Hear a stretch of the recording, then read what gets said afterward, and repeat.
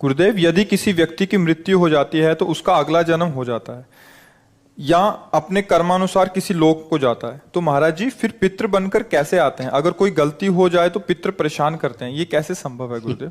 आप ये समझो, आप पितृ नाम दो, भूत नाम दो, कुछ भी नाम दो, अभी जो इनको बताया वो कर्म ही होता है। हमारा कर्म ही होता है, कोई हमको परेशान नहीं कर सकता। कोई देवता, कोई भूत, कोई प्रेत, कोई पितर, ये बात गांठ बांध लो, कोई तांत्रिक, कोई सिद्ध। यदि मेरा कर्म गलत नहीं है तो विश्व ब्रह्मांड में किसी की ताकत नहीं है कि वो हमको दंड दे सके, क्योंकि सबका शासन करता भगवान है, ईश्वर है।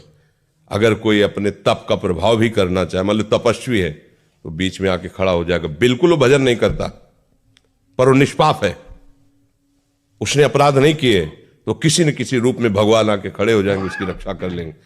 इसीलिए उनका एक नाम है ईश्वर। संपूर्ण जीवों का शासन उनके हाथ में है और सब जगह विराजमान है। यार मैंने तो भगवान को पुकारा ही नहीं, लेकिन मेरा सब काम बन गया। ऐसा फंस रहा था, ऐसा गिरने वाला था कि मर जाते, ये लोग फंसा लेते। ऐसा कौन बचाया? तुम्हारे अच्छे कर्म, तुम्हारे अच्छे कर्म है, बुरे कर्म नहीं। मैं तो फूंक फूंक कर पैर धर रहा हूं, जब से मुझे हो से कोई गलती नहीं हुई हमसे। हमारी दुर्दशा लोग कर रहे हैं, हमारी दुर्दशा इससे हो रही, उससे, कोई दूसरा नहीं है। बोले तुम्हारे कोई चक्कर है?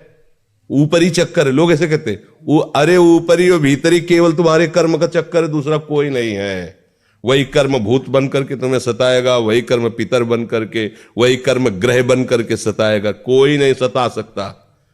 जो पे कृष्ण चरण मन अर्पित तो कर हैं का नवग्रह रंग, रंग माने भिखारी। ये भिखारी नवग्रह तुम्हारा बाल बांका भी नहीं कर सकते यदि कृष्ण चरणारविंद में चित्त लगाए हो। और सब ग्रह तुम्हारे अनुकूल है और प्रभु से तुम विमुख हो तो कोई तुम्हारी रक्षा नहीं कर सकता, तुम्हारे कर्म तुम्हें नष्ट कर देंगे। ये सिद्धांत सबकी समझ में नहीं आता है। अगर समझ में आ जाए तो भूल जाओ कि कोई पितर है, कोई भूत है, कोई प्रेत है।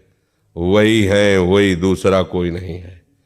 वही तुम्हें दंड देने के लिए कभी भूत बन जाते हैं, कभी मृत्यु बन जाते हैं, कभी नाना प्रकार की घटनाएं बन जाते हैं। और इसीलिए उनका भजन करोगे तो असली रूप में आपको मिलेंगे। प्रेमानंद स्वरूप, महान सौंदर्य समुद्र, करुणा समुद्र। वही नहीं कहते जो विमुख है, अधर्माचरण करता है, उसके लिए मैं काल रूप भयंकर हूं। भगवान ही कह रहे, मैं उसके लिए भयंकर रूप हूं। देखो, भगवान का ही एकमात्र स्वतंत्र साम्राज्य है। वही बनने वाले, वही बनाने वाले हैं। बस सावधान होकर उनका भजन करो, कोई कुछ नहीं कर सकता।